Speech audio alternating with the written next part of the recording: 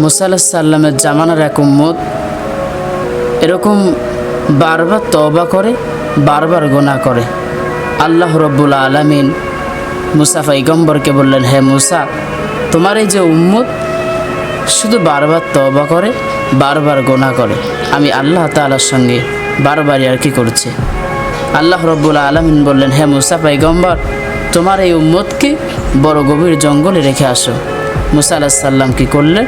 তার উম্মতকে এরকম বড় গভীর জঙ্গলে রেখে আসলেন। কিছুক্ষণ পর রেখে আসার পর আল্লাহ তাআলা আবার মুসা আলাইহিস সালামকে বললেন, হে মুসা, যাও তোমার ওই উম্মতকে গভীর জঙ্গল থেকে নিয়ে আসো।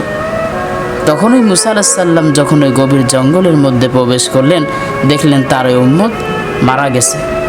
তখন মুসা আলাইহিস সালাম আল্লাহকে বললেন, আল্লাহ, তোমার এই বান্দা তো তওবা না করেই মারা গেল। আল্লাহ তাআলা বললেন, হে মুসা, না, যখন আমার এই বান্দা মারা যায় এর আগে আমি আল্লাহ তাআলার কাছে খালেস নিতে তওবা করার বদৌলতে, মন থেকে তওবা করার বদৌলতে আমি আল্লাহ তাআলা আমার এই বান্দাকে মাফ করে দিয়েছি।